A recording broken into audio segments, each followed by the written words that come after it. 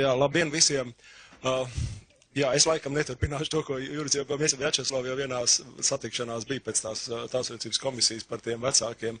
Nu, es tiešām domāju, ka mums tā atziņa, ka Gazpromam varētu būt vairāki Latvijā, tas nav tas labākais, ko mēs varētu teikt. Es atvainojos, bet tiešām tā vajadzētu tādā veidā neturpināt to polēmiku, jo ir normāla kārtība valdība. Jāiesver valdību un Saeimai jāpieņem valdību. Šis ir ļoti sarežģīts jautājums, liberalizācijas jautājums, kurā ir, es pieņemu, ekonomikas ministrija ļoti profesionāla informācija, kas nav pieejama varbūt arī Saeimas deputātiem pie šī jautājuma, kur arī strādā gatavojot šos sarunas. Dažas fonam lietas, es vairāk runāšu ģeopolitiski, bet, protams, es nonākšu līdz pavisam konkrētām lietām arī, kā mums uz to, manuprāt, ģeopolitisko mērķi virzīties. Vispirms, kas tomēr, ja paskatāmies uz pasauli, tad tas, kā ASV mazumtirdzniecības gāze kritusies no 8. gada apmēram 4 reizes, tad pašā laikā mums robežas arī, ja nemaldos no Jūra Ozoliņa datiem, 2005. gada ir pieaugusi 3 reizes. Arī Eiropā viņi ir, protams, augusi, un Eiropa nekonkurē, ja ilgtermiņā ar ASV. ASV ir pārņēmusi zinām eiforiju par to, ka tā saucamais manufacturings daļa energoietilpīgās nozarēs varētu atgriezties ASV, kas, protams, var mainīt daudz ko citu. Un skaidrs, ka Eiropa, kura bija pionieris ar zaļās enerģētikas, teiksim, politikā globāli, arī tagad iespējams, ka ir kļuvusi par nacionālās politikas, tā sakot, valgos sapinusies. Un pavisam pagājušā mēneša balsojums Eiropas parlamentā, šī aprīļa mēneša balsojums Eiropas parlamentā par CO2 šo nākotni, acīm redzams konkrēto dalību valstu nacionālā politisko interešu, kas stipri izmaina energo efektivitāti par to, ko jau runāja pirmajā sesijā profesionāli cilvēki. Tas katrā ziņā, es domāju, dara mūs kopumā bažīgas. Ja mēs paskatāmies uz tādu konkrētāku politiku šajos citātos, ko arī Ārs Žigurs minēja, ir jau vēl tādi interesanti citāti, kas bija decembrī Briselē Eiropas Savienības Krievijas sarunās, kad Putins teica, ka Barozo īstenībā malo, sakot to, ka šīs investīcijas, Krievijas investīcijas Eiropas Savienības teritorijā gāzes infrastruktūrā nav aizsargāts. Viņas ir aizsargāts ar partnerības līgumu, es nemaldos 50. pantu, starp Krieviju un Eiropas Savienību. Un ja tā uzmanīgi paskatās, nejurists būdams, šķiet, ka tā arī varētu būt, ka tas varētu izraisīt zināms strīdus. Ja mēs paskatāmies 2 dienu atpakaļ, manuprāt, reakcija uz zināmo faktu, ka Ukraina, kura saņēma 7 miljārdu eiro rēķinu par to, ka viņiem bija jāsamaksā to, ka viņi neizmantoja šo gāzi atbilstoši līgumam, viņi mēģināja pavērst reversu nelielu apjomu gāzi, it kā vismaz darījuma līmenī, uz ko Krievijas puse Gazproms noreaģēja uz to, ka šajā gadījumā Ukrainai un tai kompānija, kas to ir piegādājusi, būs jāpierāda, nav jau cita sauruļvada, kas to īstenībā parāda, ka tā ir tikai papīra operācija bijusi, un kamēr nav cits sauruļvada, mēs neuzskatām, ka tā ir cita, tā ir aktuāli gan it kā nebija vārdi nozagta gāze, bet paņemta gāze, un bija brīdinājums citām Rietumu Eiropas kompānijām, ka nopietnas kompānijas tā nerīkojās. Tad, ja mēs šos fonus skatāmies, tad pilnīgi acīm redzam, manuprāt, ir Gazpromam, kā Krievijas ģeopolitiskais interešu pārstāvim lielā mērā caur energopolitiku, ir konkrēts intereses. Viena no tām interesēm varētu būt turēt gāzes cenu dabas gāzes piegādē pret naftas produktiem, jo arī par to liecina tas, ka Ions, kurš mēģināja ilgstoši, es nemaldos, ka jau kāds 1,5 vai 2 gadus atpakaļ vest sarunas ar Krieviju, lai atsaistītu šo cenu, drīzāk saņēma diskontu cenai, bet nedabūja atsaisti. Tas pats ir ar Lietuvu, ja mēs paskatāmies konfliktos, tātad tā ir viņu interese. Kāpēc? Iespējams, ka tāpēc, ka Krievija nav gatava citādi piegādāt gāzi. Viņa sašķinātās gāzes tirgu, Gazproms ir, man liekas, kāds 11. pasaulē spēlētājs. Viņi ir galīgi atpalikuši no šīs jaunās situācijas, ko ienes visu šīs gāzes cenas izmaiņas. Sakarā ar slānekļa gāzes cenas krišanos, visu tirgus izmaiņu, jo Amerika vairs nav importētājs, bet jau kļūst praktiski par eksportētāju. Tā kā šī situācijas maina, un ko mums visi no tā darīt šeit Latvijā? Mums nevajadzētu pazaudēt šos ģeopolitiskos mērķus, un es gribētu pa 3 punktiem faktiski iziet daļai, jo, protams, man ir liels prieks, ka ekonomikas ministri domā ļoti līdzīgi, kā es domāju par to pirmo jautājumu par gāzes tirgus liberalizāciju, tad par saģinātās gāzes terminālu saistīts jautājums par Inčukalnu gāzes krātuvi, kas daļai jau šeit tika runāts. Vispirms par šom te pārvades tīkliem. Es pieņemu, ka tādi zīmēm ir, lai saprastu, kur mēs īstenībā atrodamies, kādas ir jaudas šeit te pārpumpēšanai. Neredz to?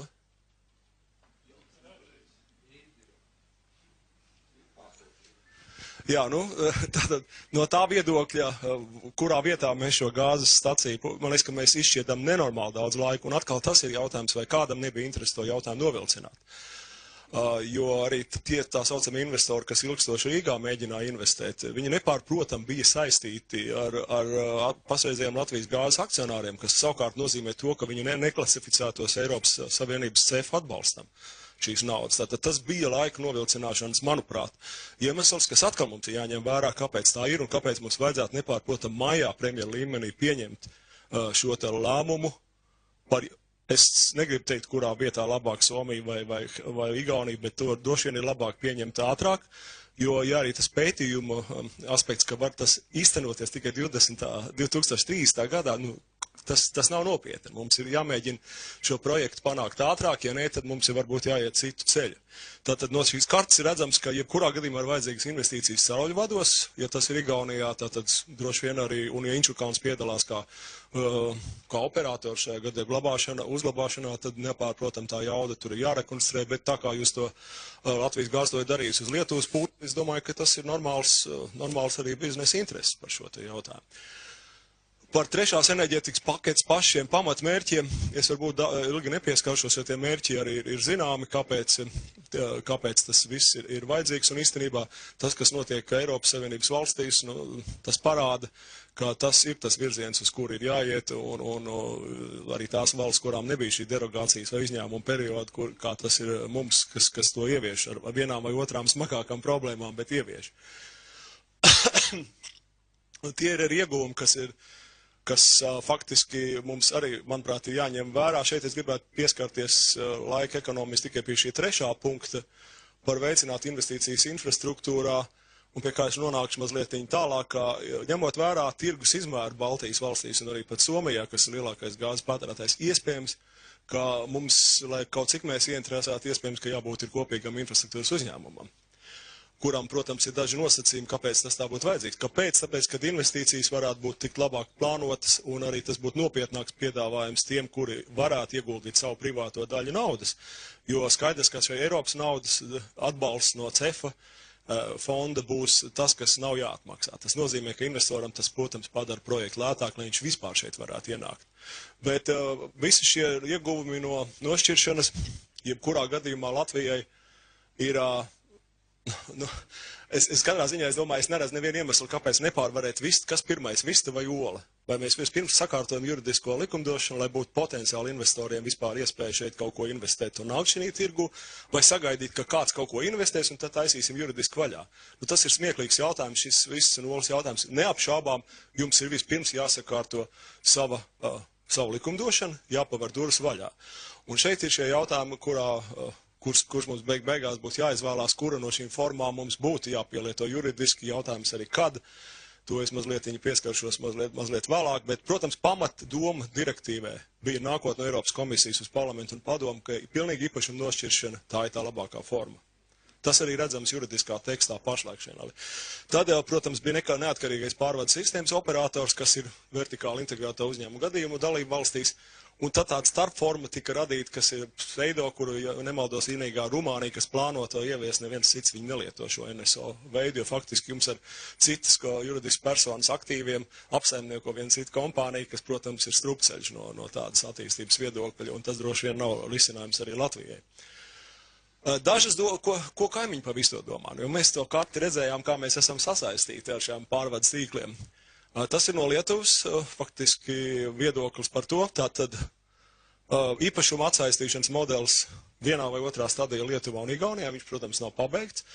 Visādā varmā par Latviju, tā kā varētu būt ar jautājumu zīmi, ka šis neatkarīgais pārvades operators, tā pašā laikā, nav atbildes par šo. Un šeit tas arī, kas nāk no šī paša pētījuma, kurā bija doma par šo 49. pantu, direktīvai, kur pirmais un otrais punkts faktiski nosaka tos visus pamatu izņēmumus, tad bija doma, ka jau šī gada martā Latvijā arī tas būs pabeigts. Tas nav izdarīts. Vēl jau vairāk šī Tautsaimniecības komisijas lēmumi, par ko mēs nemazliet pieskārāmies, ir, protams, pamanīti kaimiņu valstīs.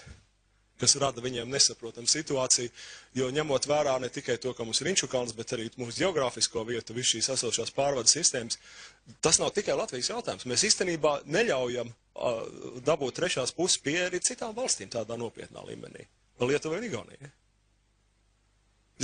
Mēs ne tikai sev, teiksim, izšķiram nākotni gāzes piegādes tirgu, bet ar šo jautājumu neizlemšanu mēs faktiski neļaujam to izdarīt arī kaimiņiem. Jo kaut vai sašķirētās gāzes termināls, kurš teorētiski varētu atrasties Rīgā, kurš nepārprotam ir saistīts ar esošo akcionāru struktūru gāzes ražošanā un piegādē, nepārprotam nerada ne par santīmu drošāku sajūtu Igaunijā vai Lietuvā gāzes apgādē nākotnē. Būsim atklāti, vajag saprast arī kaimiņu motivāciju šajās lietās. Un tagad par šiem pantiem, kas es pateicīgs esam tiešām par šiem ekonomikas ministrijas jau pantiem, faktiski tā 49. pantā ir 2 jaunie un izolētie tirgi. Un tas 14. gada aprīlis ir tas termiņš, ka mums beidzās 10 gadi, kas jau tika minēti, kurā mums vajadzētu atbrīvot. Jo ir kopumā 11 panti izņēmumi jauniem tirgiem un 4 izolētiem tirgiem, kas ir otrs punkts 49. pantā. Tātad, ja es saprotu, ekonomikas ministrija nāk ar domu, ka no 14. gada aprīļa tie atšķirīgie panti, kas nav no izolētajos tirgos, 11 mīnus 4, respektīvi jūs grozat tos pantus, kas neskar izolēto tirgus definīciju. Kas, manuprāt, ir labs progress šajā jautājumā, jo skaidrs, ka arī tas rada zināmas saistības, kas ir jāveic valstī līdz 14. gada aprīlim. Un tad paliek šie izņēmumi attiecībā uz izolētiem tirgiem. Un šajā gadījumā tie ir būtiski punkti, un šis ir tas slavenais pants, kur Lietuva neprasīja derogāciju, un starp citu viņas ministri, jaunās valdības ministri tā pateica, ka iespējams mums tā nevajadzēja darīt, mums vajadzēja prasīt derogāciju pavisam nesen, līdzīgi kā to dara Igaunija, Somija, Latvija. Nezinu, vai tā ir kāda zīme un kāda zīme tai visā lietā ir, jo tad iespējams, kā viņi saka, Lietuvā būtu zemāk gāze visus šos gadus, kamēr viņiem ir augstāk gāze nekā Latvijā. Tātad tas parāda, cik daudz un jūtīgi šī saspēle starp ekonomiskiem rādītājiem, juridisko statusu un politiku. Neapšaubām. Tā kā, ja ekonomikas ministrija, rezumējot šo, ir tajā virzienā, es domāju, un jūs atrisināt arī, kas notiek pēc 17. gada ar izolētiem tirgiem, vismaz juridiskā statusā, kad beidzās šie ekskluzivitātes principi, tad, manuprāt, arī tas būtu jāiestrādā likumdošanā saulēcīgi jautājums, vai tas ir enerģetikas likums vai vēl kāda likumdošanas akti un ministra kabineta, protams, noteikumi, bet katrā ziņā jums profesionāli, manuprāt, jāsagatavo un valdībā jāiesniedz šie visi akti. Tātad par sašķirētās gāzes terminālu Eiropa atbalsta, kā mēs zinām, tikai reģionālās termināls, un te jau, protams, mājā šim lēmumam ir jābūt, ja ne, tad es saprotu, viņš juridiski arī var nebūt nemaz. Var gadīties. Tātad, ja nav vienošanās premjerministra līmenī, tad, manuprāt, ir jādod ceļa maizei, ir politiski premjeriem, Latvijas premjeram Valdim Dombrovskam vienoties par šo jautājumu, pēc labāko izdevīgumu principu, bet noteikti vienoties. Vēl par interesants pētījums, kas bija Šveicē veidots, faktiski saka to, ka īstenībā lielas, ka nacionālie strateģiskie LNG termināli neizmaksā daudz vairāk kā kopīgs Baltijas valsts termināli. Bet, protams, viņam nav Eiropas atbalsta, uzglabāšanas problēmas, neskaidrības ar liberalizācijas līmeni un status katrā Baltijas valstī, līdz ar to tur ir stiprs neskaidrīgs tam ceļam. Bet katrā ziņā lietuvieši ir tie, kas daļēji šo joprojām uztur. Arī tīri manā kolēģi Eiropas parlamentā, kas saka, ka reģionālais LNG nav pareizs ceļš, ka tas ir ļoti ilgs ceļš un tam līdzīgi. Tas, protams, ir lētāks, jo ir Eiropas nauda, bet tas nedod lielus plusus. Un šī uzglabāšana, protams, ir arī, ja mēs tagad tuvojamies Inčukalnam, man Jurbi tikai šis un vēl viens slaids, un tad es pabeigšu pārēj it kā uz Inčukalna pozīciju. Mēs redzam tos pārvadus, kas jau bija tajā vienā iepriekšējā, un tie potenciālie, kas ir plānoti šī te Eiropas arī atbalstāmajā daļā, tas ir Baltika Connector starp Somijas līcī pārvadām un iespējamais Polijas-Lietuvas savienojums. Un, protams, Inčukalns ir ļoti nopietns spēlētājs, un tāpēc vajadzētu, manuprāt, pieiet pie tās situācijas, kādā veidā tad ar Inčukalnu būtu liktenis. Atgriežoties pie tiem 3 veidiem, kā atdalīt pārvades sistēmas operatoru, man šķiet, ka, ja izveidot potenciāli vienotu Baltijas pārvades sistēma būtu kopīga infrastruktūras uzņēmuma, tad labāk, protams, rīkoties ir līdzīgi kā Lietuva un Igaunija ar īpašumu atdalīšanas sistēmu, kas, protams, var radīt sarežģītas attiecības ar Latvijas gāzes. Es runāju, un te ir jautājums par, vai mēs saprotam pārvadi ieskaitot uzglabāšanu, respektīvi Inčukalnu, kuram ir cits juridisks status, vai arī kopā.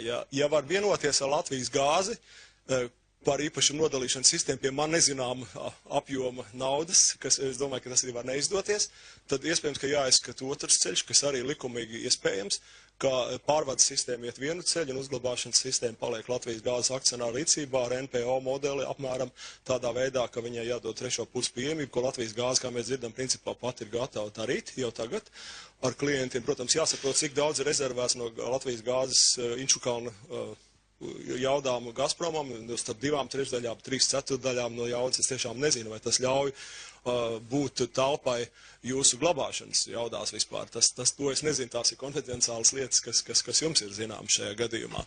Bet katrā ziņā, manuprāt, tas būtu jāizskata šis variants, jo, kā es spriežu, tad no tā juridiskā statusa, acīm redzot, Inčukalna ēkas un būvis neatraujami saistītās no gāzes krātuves ar šiem privatizācijas līguma nosacījumiem pieder Latvijas gāzei, attiecīgi ar 2 pirkuma līgumiem, viens bija Vācu pusē Rurgāzem tajā laikā, otrs Gazpromam.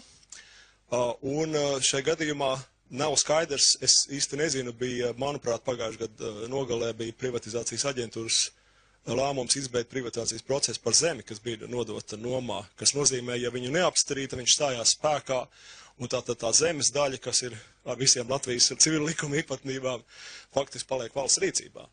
Tātad tas ir ārkārtīgi juridiski sarežģīts jautājums, un mums jāizvēlās sarunās ar Latvijas gāzi, kuru pusceļu mēs ejam, vai mēs tad darām tikai ar pārvades, ar caurulēm respektīvi, vai mēs darām to arī ar pašu glabāto.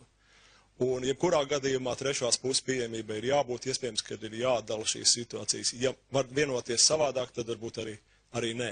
Bet tad ir apdraudēts, ja mums paliek NPO modelis Latvijā pārvades sistēmām, Lietuvā, Igaunijā, īpašuma atdalīšanas modelis, man ir bažas, ka infrastruktūras attīstīšana būs ļoti grūti koordinēt Baltijā.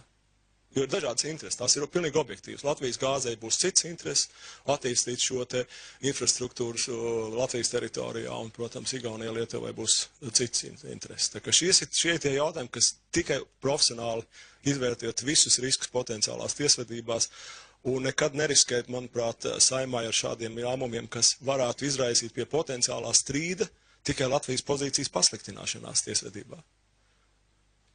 Tas ir ļoti būtisks elements, kurā ir jāizsver katrs centimetrs šajās lietās, kas var potenciāli būt ļoti dārgs prieks vēlāk pie strīda situācijas, ja ir kļūda. Tīri aiz to, ka ir nepietiekama izvērtējuma juridiski un ekonomiski. Paldies!